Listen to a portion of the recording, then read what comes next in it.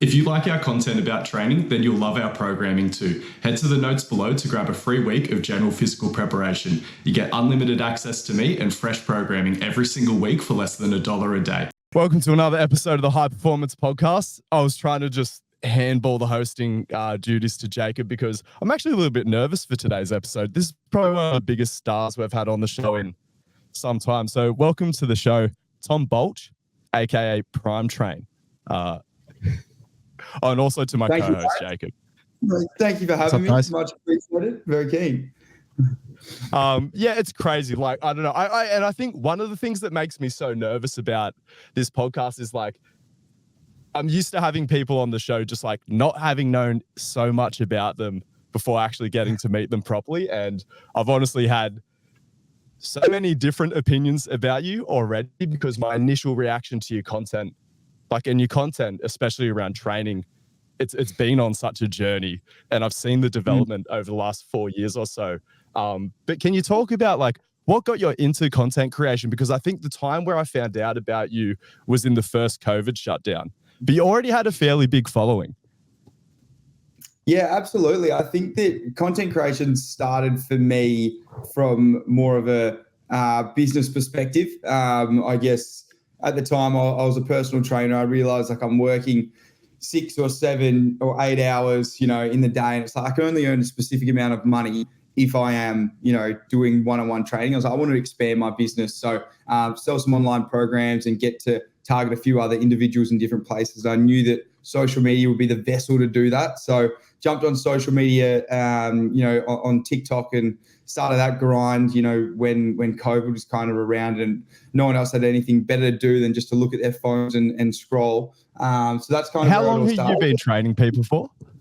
Probably been training people for 3 years prior. So I was in my last year of uni, and I was kind of doing like, one-on-one training, group training. And I was so sick of waking up at 3 a.m., 4 a.m., and then finishing at like 11 p.m. every day and studying for uni. And I was like, this could be a lot easier if I was just training people online. I didn't have to have that kind of just one-on-one waking up and doing the grind with them. So I was like, I thought that was kind of the reason behind the content beginning, I guess, for me.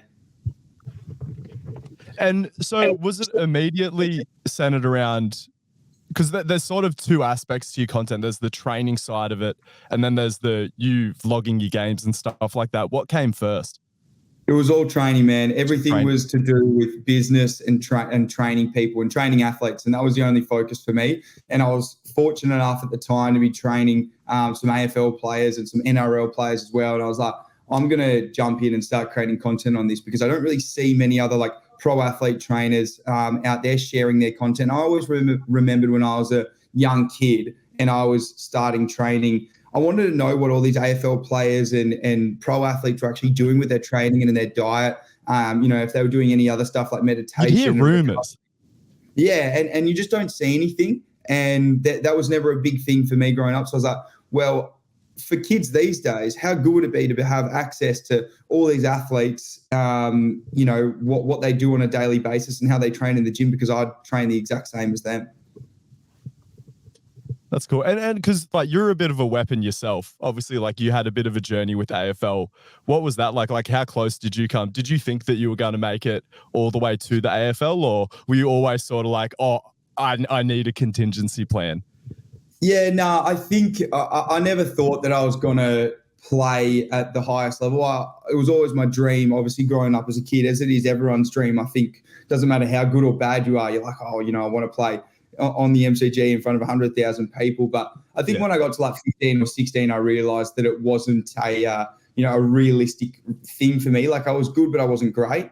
And I knew that to get to that next level, it required, a lot of talent and a lot of hard work. And I probably just didn't have that, to be honest. So for me, it was always like work hard throughout school and figure out another way to get your name out there. And luckily social media was the vessel for that. And was it just blowing up straight away, or what was? Tell us about the early stages of the grind. Well, Instagram was real slow. I posted for probably 2 or 3 years on my like personal training account. And my first business was called Pandemic Training. Began obviously during COVID pandemic. And because I was a PT, a personal trainer, I liked the initials Pandemic Training, PT. So I remember when horribly.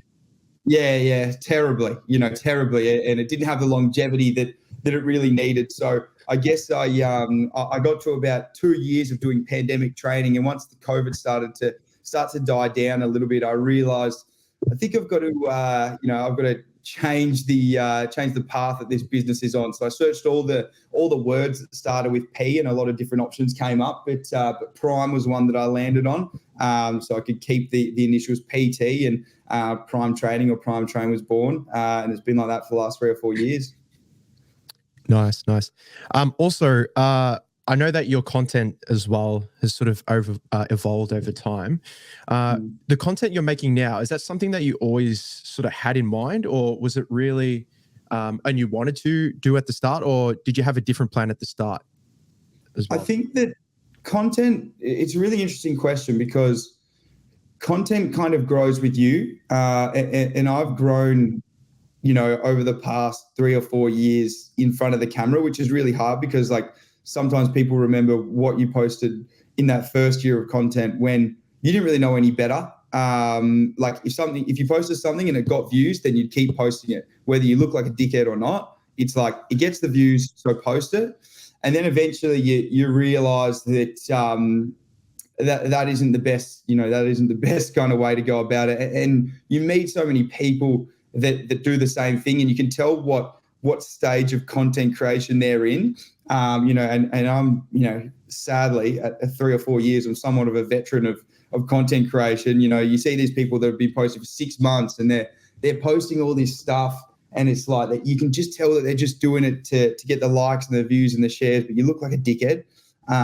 So like I said, it's you have to evolve with your content a little bit. And once you realize that, the clicks aren't everything, and there's a lot of other things that kind of make you happy in life, that's when you really start to evolve and change who you are as a human as well. Yeah. And just off the back of that as well, I've noticed as well, you've come to some content around sort of like that men's mental health and like motivation and stuff like that. What really inspired you? Was it sort of a journey in yourself that you wanted to do this like more self-improvement stuff, or what was it? Yeah, it all comes from yourself, man. And like that content never has authenticity or never hits the target market that you want it to hit unless you've kind of gone through that yourself. You can tell if someone's lying about that sort of stuff. I was going to swear. You can tell if someone's... Go for it. We're pretty vulgar here. Only for your personal brand. If you don't want to do it for your personal brand, but on our show, it's totally fine. I love swearing. Yeah, it gets you some, it gets you into the nitty gritty. But mate, once you kind of like for me, I went through a big stage of going out and enjoying life is what I thought it was.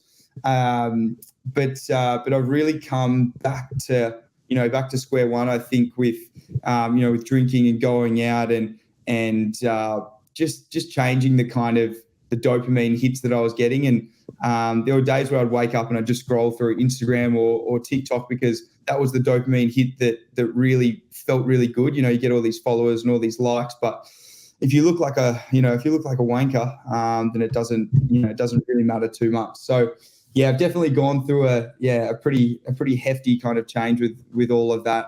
And like I said, it's hard when you grow in front of the camera.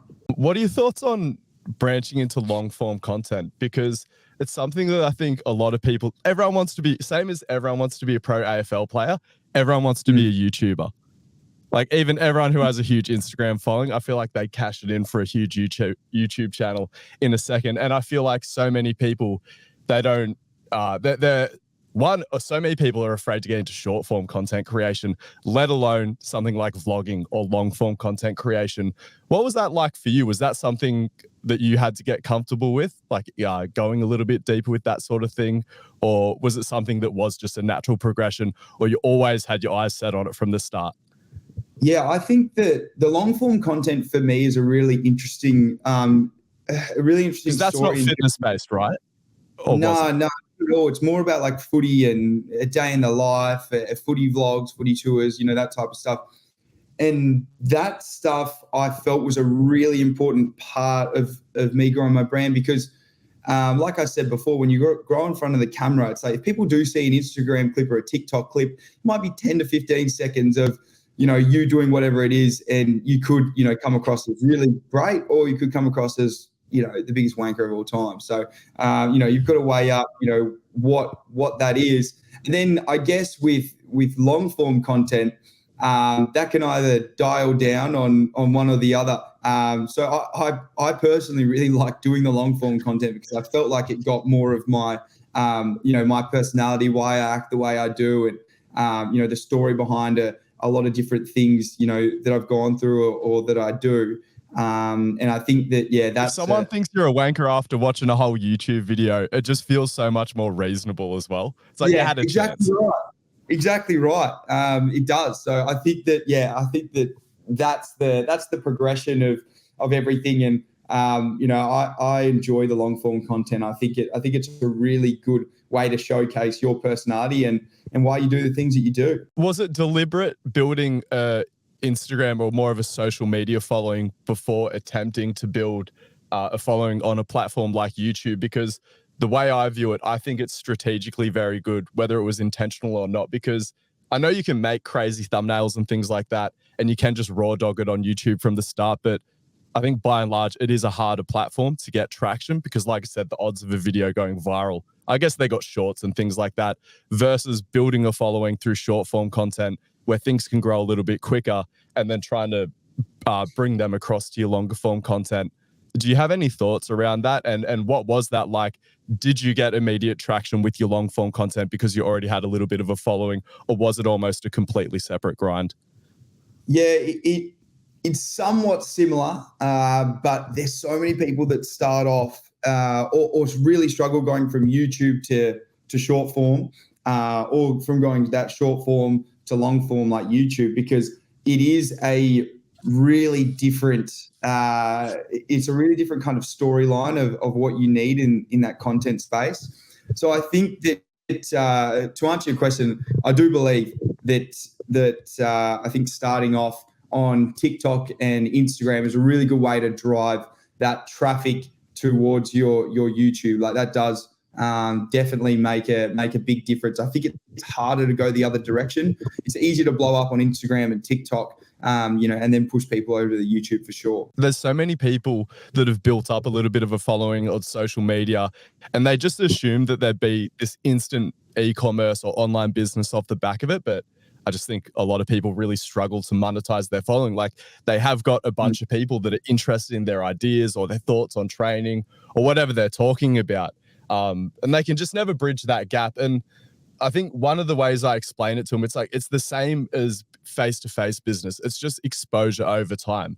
But with short form content, it's like, even if someone's been liking your posts every single day for 6 months, they're consuming like 2 minutes of content from you a week. Versus even if you can only get like 100 people to listen to a podcast or a longer form YouTube video or something like that, it's like the exposure is like a full half an hour. It's like it would take you so long to get that sense of like familiarity, and like you're almost building like a parasocial relationship with them. If I think about the way I consume people's vlogs and podcasts and stuff, it's like I feel like I know them. And especially with, like I said, just selling things online, at the end of the day, it's about building a relationship and establishing trust. I'm just curious, do you have any sort of thoughts on that and what your experience has been like on the business side of it? If you don't mind getting into that stuff. Mate, no, we talk about this stuff all the time, and it's really, really important. I've met people before that have 500,000 followers, and they're making bloody $20 $20 a week, $20 a month. I'm like, how the fuck are you? And like real followers, not robot bought either, like genuine getting interaction. Like, yeah, bloody oath, man. They're getting crazy likes, crazy engagement, and they're making no money. And I'm like, how the fuck are you guys stuffing this up so badly? Like, you could have 10,000 followers and get close to making $1 million a year if you know what you have to sell, if you got your target demographic down to the nth degree, and you're just working extremely hard. Like, I think that the business side is really, really interesting to me, that people can't quite figure out like how much a social following is actually worth. If you have anywhere between 20 to 30,000 followers, you could be making a lot of money if you know what you're selling. So that can come from. What was it like for you? Did you have a knack for it? Like, was it obvious to you, this is exactly how I'm going to go about it? Or was there a steep learning curve to it? There's definitely been learning curves, as there is with anything, but I don't think I had really a succinct plan of exactly what I was going to do from a business perspective. I've done a lot of trial and error. I've dropped a lot of products that haven't sold any units. I've dropped a lot of products that have sold 1,000 units in 10 minutes. So I know what the difference is. And trust me, I remember the first there's time. Some good lessons. Oh, mate. I remember the first time I released my personalized programs and I sold 0. And I was like, no one has bought this. None of my friends, none of my followers. I only had like 3,000 followers. But like that's because I had no idea what I was selling. My website looked like absolute shit. The people involved in my business weren't helping me really at all. I didn't have good people around me to tell me that this is, good or bad. So understanding that from a business perspective and understanding your following and your target demographic is really important when you start to sell a product. That's for sure. I also wanted to ask, we'll just talk about email marketing as well, because the way I look at it, you're not trying to sell through Instagram or social media. Ultimately, like that's just a place to grow awareness and stuff. Whereas like, and I don't know what your thoughts are about, just talking about purely the logistics of doing a fucking call to action on social media without getting your fucking reach throttled. Because I see some people, like, I don't know, because I understand that when you're purely just trying to sell shit, that's not good content. So I understand why the interaction would drop if you're purely just doing a post. It's like, buy this program or something like that. But doing your typical style of content, the difference between throwing in something even at the end of the caption or something like that, being like, click the link in my bio, got a program for sale or something like that. Like you end up losing like 30% of your reach. But then again, like once you get people over to your email list, what I found is it allowed me to just commit to not selling on social media, which makes it just easy to maintain your traction and things like that. Just like lets you, like short form social media platforms, they don't want you to sell directly on them. So if you can avoid that as much as possible, you'll end up doing better. Yeah. Well, social media is top of funnel, right? So the idea of social media is not necessarily there to sell. The idea in my head of how to use social media is to just get as much reach as possible and give them something for free. So it's a free program or a free workout. And then it's like, well, here, if you want more free stuff, we'll go download this. And then they put in their email and then you can start targeting them with just email. Doing things for people as much as possible. It's frustrating because everyone expects everything for free. And that's why you got to have, you got to have low ticket and high ticket things that you sell. So you got to have a $50 program and a $350 program kind of thing. So at least people can kind of get a try before you buy with that $50 one. They can get a try before you buy with that free one. And then you really want to target them with that high ticket one, which is, the $350 one. I just think people don't realize how hectic it is. Like they don't think about their own customer experience. It's like starting to like someone's Instagram post about fucking split squats and then writing them an email or filling out a form for one-to-one coaching. Well, like 90% of people who follow you are never going to be a good fit for that, regardless. Like it's like you have to have a lower barrier to entry. It's like it's no one, like people just grow the following and then their offering is like, it's completely unrealistic for like 90% of their followers to ever even have a chance of engaging with it. I watch a lot of like how you structure your offering. And again, it just sort of makes a lot of sense. There's a lot of different entry points depending on how much they like or trust you. And then depending on the experiences they have with those cheaper or free products, they might choose to put a bit more money in and then just judge the experience they have with the next product. Yeah, exactly right. And the thing is that there's got to be different barriers of entry for different things. So I sell apparel and supplements as well. And, right in front of me here, it's like, this is the lowest barrier of entry, a sample pack of the supplements kind of thing. And then you go and buy the big thing of supplements. So it doesn't matter what it is. Everything has to have that low barrier of entry, try before you buy. And once you start to figure that out for every product, in every niche that you need to sell, then that's going to be. Wait, so you're mailing out free samples? I'll include them with our apparel. Right, gotcha. Yeah. So if we send out some apparel, this is just stuff I've got in my office, but everything goes through the warehouse for me. So I don't really touch anything, to be honest. But yeah, we'll fill up a few sample packs and send them out with the apparel, and then I guess that gives people another thing to buy off the site, and just get their average order volume or average order price up as well. So next time they go to buy a program, they get the apparel and they get the subs as well, and they can kind of double, triple up. You can fully be a Prime Train fan. Hey, you can be like wearing Prime Train, watching the vlogs, eating the supplements, running the programs. Like, it's a completely immersive experience.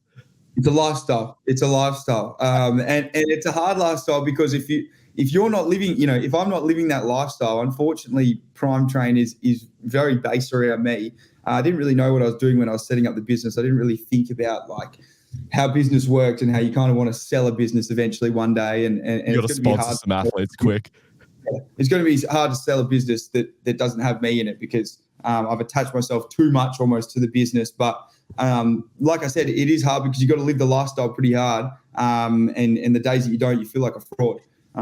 So yeah, you have to live the lifestyle for sure. Is that why you're trying to set up in Bali? You just feel like it'll help you escape a little bit more and switch off? Yeah, absolutely, bro. Absolutely. Get me out of the hustle and bustle of Melbourne. I think I'd like to go back up to Queensland soon to get myself some sun, but I'm looking outside here at Melbourne, and it's miserable. I've seen that you did your hammy. Could you give us sort of an update? Because I know that's quite fresh, if I'm right.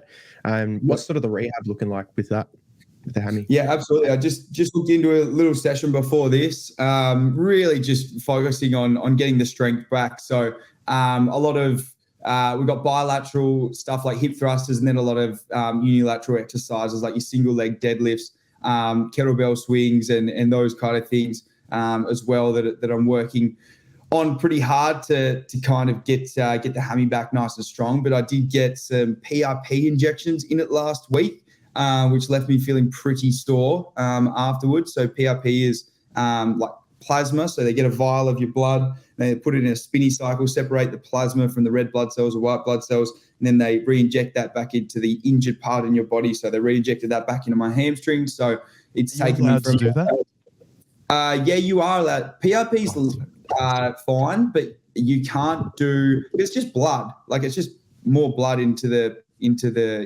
spots that it's sore.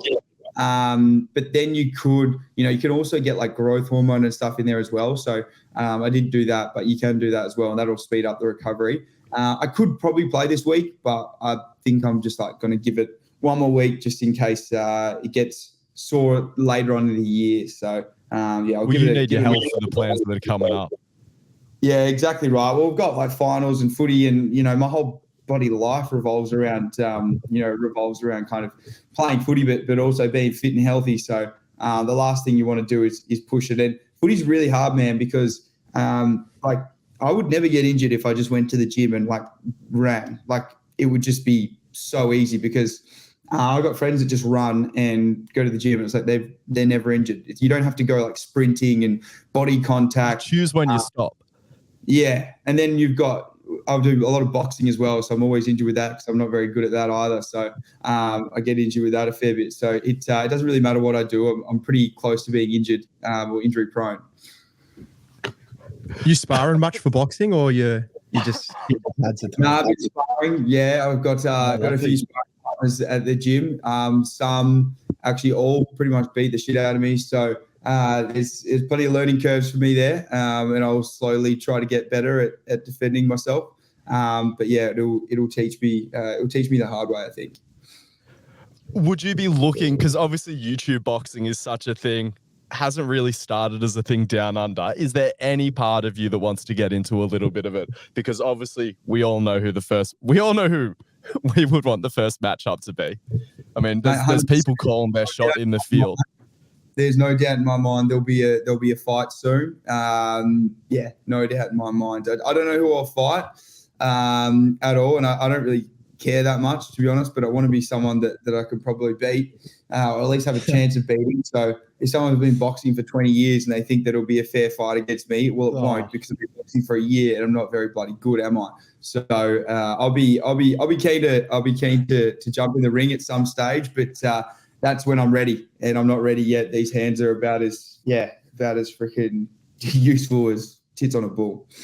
Bro, imagine the training motivation once that contract's signed. It will be insane. Yeah, and it best be a freaking big contract as well, because I'm not getting knocked out for freaking $5,000, all right? It better be a 30 or a 40K, because I swear to God, I'm not getting knocked out for 5K and training my ass off for nothing. If you're sick of going goblin mode on the same 4 accessory exercises at the end of every single session, head to the notes below and grab our free gymnastics program. It'll change the way you think about accessories forever. You headlined a local pay-per-view and like a ticketed event. I could fucking put this together. I think I could put this together. I reckon I could guarantee you at least. We should talk off it. I reckon there's no way we wouldn't be able to get 20K together. You versus Woodford, strength culture would be on board. GPP would be on board. How long Woodford box? I don't know. He can't fight. I don't. Definitely done some form of striking training at some point in his life, but he doesn't. He's not a boxer. No. But if you're, how big are you? 6'1", 80 kilos, 82, 83. You're the same frame size. Yeah, he'd be a bit smaller, isn't he, or what? Like height wise, skeletally the same. You would have I'd have reach. He's been eaten. He has been eaten. He might have 5 kilos on you. A little bit worse body comp. Not bad body comp. Yeah. You probably have the gas tank over him. That's for sure. Yeah, I'd have the tank for sure. Hasn't he done a couple of ACLs or something? Yeah. Oh no, the conditioning's not good. Like, he is mentally tough. He would be able to dog it out. Like, he would be tough. He'd be tough, definitely. But I just think if you take it seriously, if you Jake Paul it a bit, you know how Jake Paul, he just seems to, he is actually committed to the life of a professional fighter. I think if you were just like AFL off season, there's no pressure. Your entire focus is this fight. You got it. Come on. Yeah, I mean, mate, I'd do it. Like I said, I'm not very good at boxing. I'd have to see him like hit the pads, or just like, I don't know. I'd have to see him like some training footage, and then, get some training footage off, because then that would give me a good idea on if he would smoke me or not. And it's a pretty high chance that no matter how good or bad he looks on the pads, he would still smoke me. So we'd see how we go. Look, I can't promise you a victory, Tom, but I can promise you 5 figures. So we'll talk about this later. And Woodford, there is 110% chance he has listened to every single bit of this and he responds to every single call out. So I think things have already been set in motion, and I can't wait for the off season. I just don't. I wouldn't fight. Honestly, the reason I wouldn't fight him is because, and I mean, this you don't seem angry. Well, he's just, I don't know. Like, if it's free promo for him, like I'm sorry, but he's on the same level. I'm sorry. I would fight someone else. I think he'd acknowledge you're the A side. What if he acknowledges you're the A side and it's not a 50-50 split? So, because I think that's completely fair. You have a huge platform. Just seems, I don't know. It just seems like a silly fight for me. Like if I lose, it's free promo for him. It's free promo for him either way, because I want everyone to watch the fight. I get it. Yeah. It's like, you got to be smart with these kind of things. And he's already called me out and being a wanker, and it's like, well, I just say, nah, I don't care about that sort of stuff. You're right. It is a bit of a win-win for him. Not gonna lie. I'm gonna get Woodford to beat up Louis, and then you'll have to. He'll probably beat me, and he gets free promo. So he won't. No, I'm saying I'm going to set Woodford onto Louis. When Woodford does Louis, then you'll have to do Woodford. You'll have to step up to the plate. And we're moving on. We'll talk about it later. Yeah. I'm losing. So the current mission for this year, is it playing with as many different clubs as possible? Or did you just say it's 12 clubs in 12 months or in a season? Yeah, so I did do 12 games for 12 different teams this year. was fortunate enough to play in pretty much every state around Australia. Then we went to London and New York as well to play some footy, which was just like a wild kind of experience of AFL, in Australia and also abroad. And the big focus for me was always just promoting footy, giving exposure to these local footy clubs and communities and different places around, Australia and the different people involved. And it was a really good education thing for me as well, because I was big on, like some of these local clubs don't have enough, funding or they don't have enough, they don't have enough support from the AFL. But some of these local clubs are literally like they're towns of 200 people, and they don't like it's slim pickings, for the amount of people that are playing for these footy clubs. So some of these clubs really struggle to get enough players to even field a team each week. So, some of them, unfortunately, some of them are fucked. It doesn't matter how much money you put in. That can be some of the biggest community events for towns like that. Yeah, but there's 200 people in the town. What are you going to get? How big can you get? Into the game, it's like the rest of them are harvesting or, they're working, so it's like, so the reason that these local football clubs used to exist is because there used to be 2,000 or 3,000 people on these, in these towns and on these farms, but then big corporations come and they buy up all the lots of land and then people move to the city. So the population of a lot of these smaller places has just gotten lesser. And now they unfortunately just don't have enough people, and their football teams kind of still exist, but I give them a lot, 5 or 6 years until they're really, really done. And they're prepped up by sponsors and by volunteers as well. So they won't last for forever. And it's really, really sad seeing that, clubs just go to the wayside. But, it was good. It was a good education for me to kind of go out and see it for myself. Yeah. And is that sort of aligned with the mission of you getting more exposure to these clubs, or what is the future when it comes to the local level footy? Are you wanting to make an impact or? Yeah. Yeah. The big thing for me, in terms of impact for these local clubs, if I go and play a one-off game, there's going to be more people that come through the gates, and everyone pays $10 or $15 entry. The parents bring their kids. If their kids want to come, the parents go and sit on the bar for 3 or 4 hours and put a lot of money over the counter there. The kids go to the canteen and they buy as many sweets and lollies and chicken snitty rolls and dim sims that they possibly can. So, these local clubs do get a lot out of it financially. We also get fortunate to have, 500,000 to 1 million views every single week on different clips around, these clubs. And we get a really good story out about how they exist, the players involved, the volunteers involved. And, that's kind of really heartwarming that we get to give that exposure to these places. And, if someone wants to move to Kalgoorlie and get paid $250,000 a year working in the mines, they can go play for this team in Kalgoorlie, and it's a really good country club, really good amount of people. If they want to move to Geraldton or do all these kind of things, it kind of gives people a little bit of an understanding of these different places that that footy really does exist. Is it rough rocking up into town? Is it a bit of everyone wants to put a shot on Prime Train? Because they know it's getting filmed from 3 different angles. It's actually funny this year because I expected it to be really I was preparing myself every week, it's going to be pretty rough this week, or someone's going to try and jab me, but it was really chilled. Everybody was really supportive and really kind. Everyone in the club was fantastic. Every club that we went to were fantastic, and then all the opposition players were really good. You get a few people over the fence, which are always pretty funny, but those are the best, that's country footy as you get it, as you do, and as I should.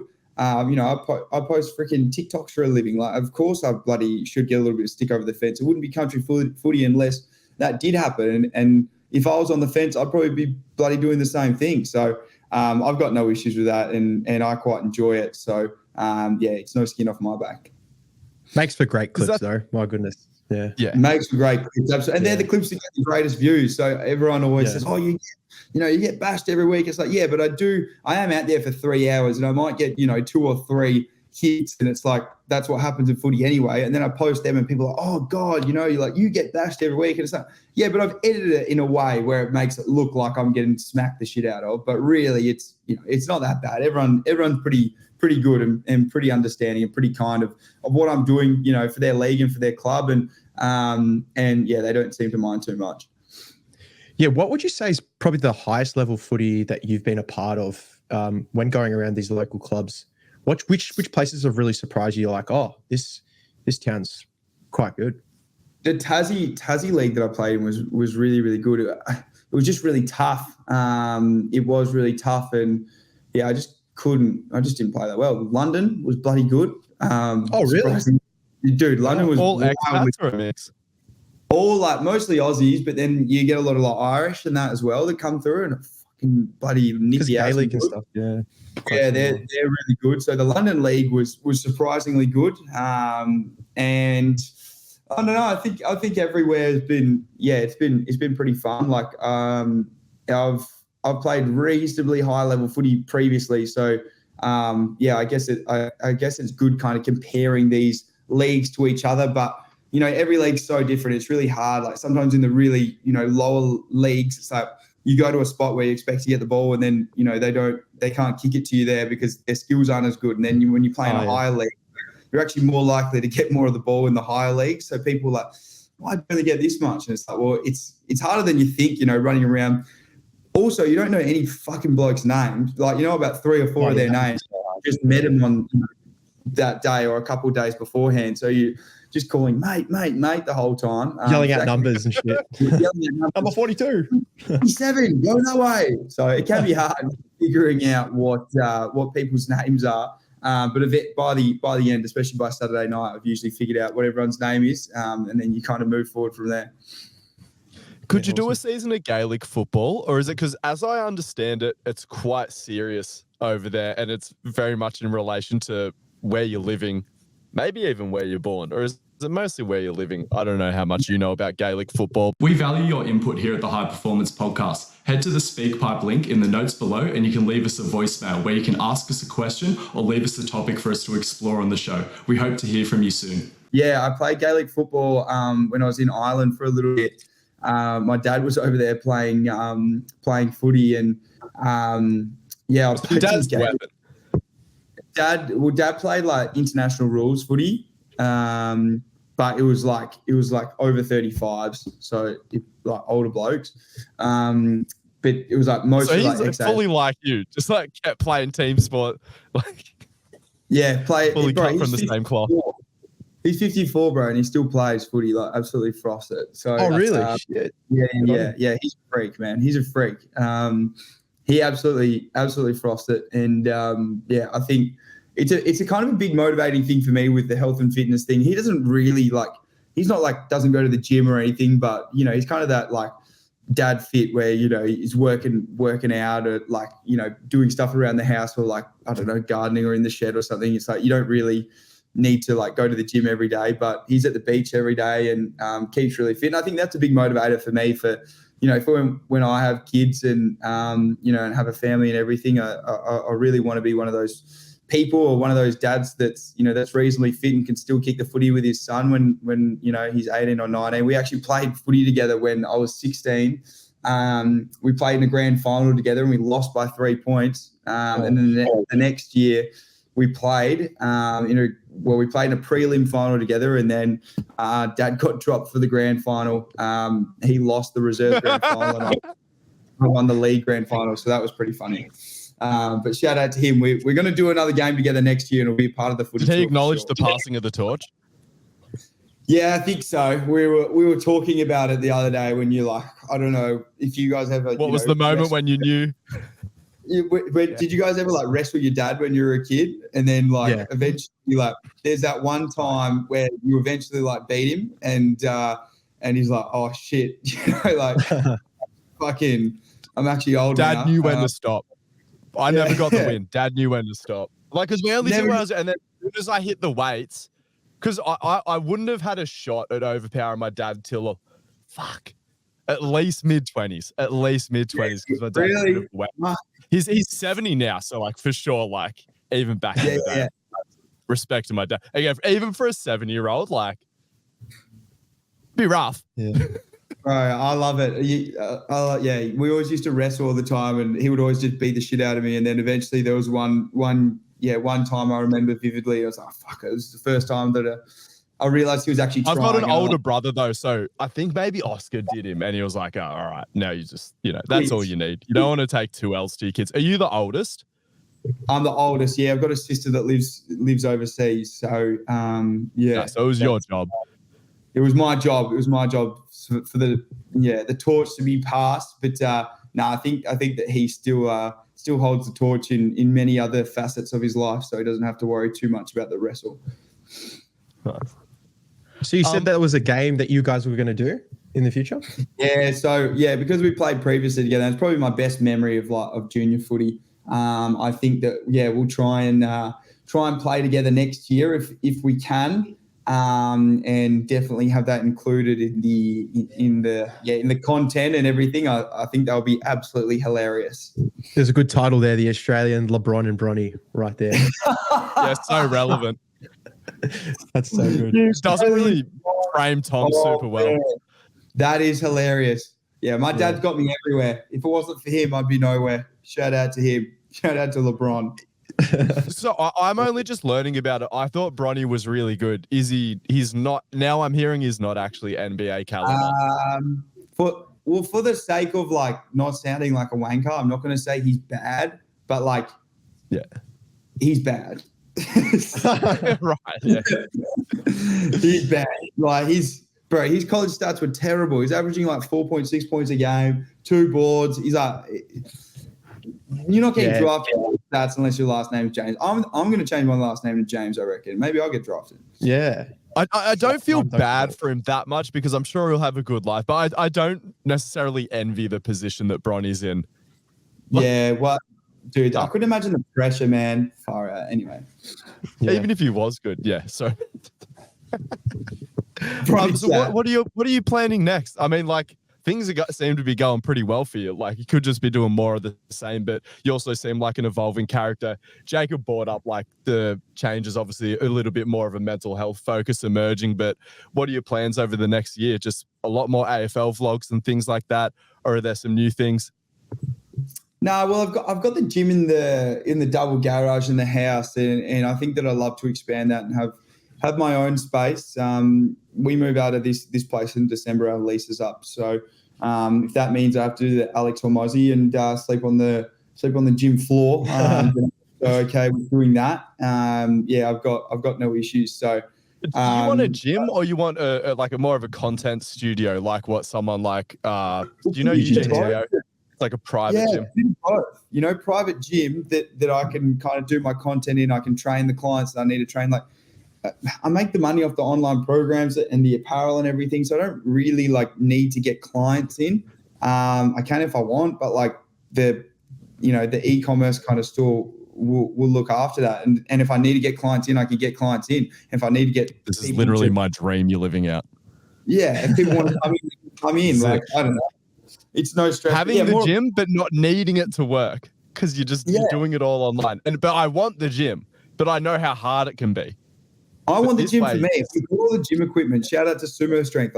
They sent us a heap of gym equipment. So we've got a good gym. So it's kind of just now we'll deck that out and hopefully have our own space by the end of the year, and we can kind of work forward from there. Are you still working with I work with this guy as well, Charlie. You still with him? Charlie, last name? Lang.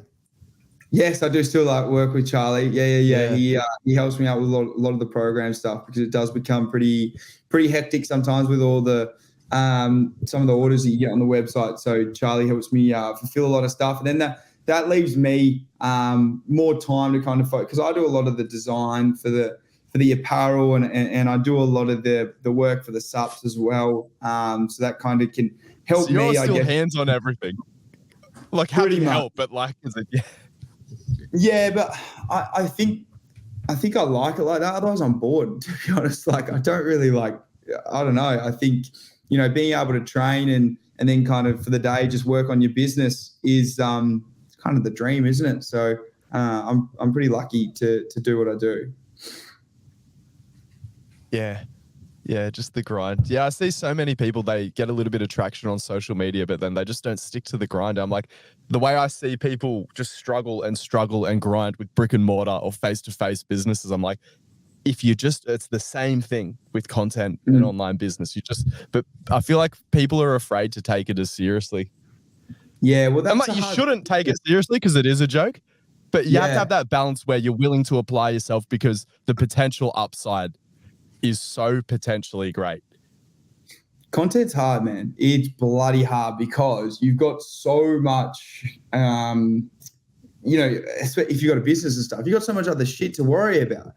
And then you're like, oh crap, it's 4 p.m. and I haven't got a piece of content for today. What the hell am I going to post? So it can be quite difficult, you know, running your business and also doing full-time content creation, especially if you post on, you know, Snapchat, YouTube, Instagram, TikTok, YouTube Shorts. That's like 5 different things where you have to post. What's a day worth of posting for you? Well, in terms of content. Well, I'll post 20 times a day. You know, I'll post 2 or 3 times on TikTok, 1 or 2 times on Instagram. I'll post 5 or 6 stories, and then however many times on Snapchat that I possibly can. So it's like you're addicted to your phone. And then what's the YouTube schedule? YouTube schedule, we do 1 long form a week in footy season, and then we'll post, you know, 5 or 6 or 7 YouTube shorts a week. We need to pick up these numbers, Gus. This is important because people complain, they're like, I can't post on Instagram every day. And I try to be sympathetic because I understand what it's like to think like that. The same way that people come up to personal trainers, they're like, I don't understand how you have abs year round. I don't understand how you grow your biceps. And you're like, you fucking do these bicep curls and it's rough at the start, but you get better at it. Like, you have to just start trying to do it and you will get better at it and you'll develop. And I know that there's a lot of different approaches. Some people are naturally creative, but other people are reliant on frameworks. Would you say that you have frameworks, or are you blind by the seat of your pants, what's in your heart? Because I know we're always trying to be authentic, but you can still have, like, you know, a whiteboard, or whether it's written on a fucking whiteboard or in your head, be like, okay, what are the key things that I typically talk about that are at the core of my brand and values, and sort of work different pieces of content out from there, or thinking, oh, I need a piece of more top funnely content, or no, this is more to nurture a relationship with my existing following. Do you have any of those thought processes when you're making content? Yeah, well, I think personally for me, I'm pretty creative. I always kind of have been, but that's not an excuse if you're not, because it's not that fucking hard to go and look at someone's content that's performing well, or someone that's grown really fast in the last, you know, 5 or 6 months or last year, and just go, this is what they do. It's rinse and repeat. These are the shots that they use. They, you know, they might look good. They might be shredded if they're doing fitness content. And if you're not and you want to do fitness content, then find someone that isn't, or fucking get shredded and stop making excuses. And then, or develop a sense of humor. Develop humor, exactly right. You know, like a good example is like evidence-based training. He's like not the most crazy, you know, looking in the world. He wears a shirt in every single thing that he posts, but he's a funny cunt, you know, and he posts a lot James Smith owes me. You know, exactly right. People that aren't, you know, super lean, super shredded, but they've got good information and they post good content. So find these people in your niche that you want to create similar sort of content, figure out what they do, watch 30 pieces of their content, write down some pros and cons and some notes, and then go from there. It's really not that difficult to actually be good at content creation. All you have to do is copy other people. No, but because I say this to people as well. It's like, just if you will say, you saying it in your own words, that will be authentically you. If you feel like it's too verbatim, shout the person out, and then you both get credit. Like, people will still associate it with you, even if it was inspired. Give the credit, and they'll still be like, oh, this person introduced me to that idea. It all still, because at the end of the day, and that's what I mean. Even looking at the production of it, you see some people making content like, are you not looking at the shit that you're liking? Because your shit is nothing like it. You got to try to emulate. There is a form to a reel to some extent. Let me ask you a question. What's a trend? Fucking, I'll tell you one. 10-second workout clip and a text post and a sweet song. And It's fuck all any captions. trend. It doesn't matter what trend it is. It's just copying fucking other people. It's what social media is. It's just recycling content and then putting your own little twist on it. That is what a trend is. Everything on social media is a trend.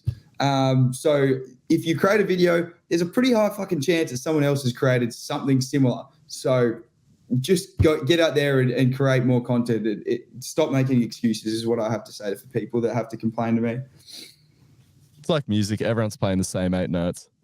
Literally. Yeah. It's Not that hard. Just Very tweak it a true. bit. Fuck. very true. This was thoroughly enjoyed this. I've got a lot of fundraising to do. Tom's got a million pieces of content to post. I don't know what the hell Jacob's going to get up to, but thank you so much for giving up your time today. It was lovely to have a proper chat, and I'd love to have you back on the show when you've got more time for us. But can you just tell people, if you want to be found, where they can find you on social media, and then just anything else that you want to plug that you got coming up? Absolutely, boys. I've loved this chat as well. I'm really, really appreciative for you guys having me on. So thank you very, very much. If people want to find me, it's just at Prime Train on TikTok, Instagram, and YouTube. And then if you want my own account, my personal account, which not much happens really, it's kind of just like me posting dinners and stuff. It's at Tom Baulch. So go and check that out. But yeah, I appreciate you guys having me on. It's been a very good chat. Oh, I can't wait to do the promo episode with Woody. But we'll talk to you soon, everyone. Thank you very much for tuning in. I'm ready. If you want access to a community of like-minded coaches, head to the notes below and join our free school community. I'm in there every week doing Q&As, and there's plenty of educational content on the way as well.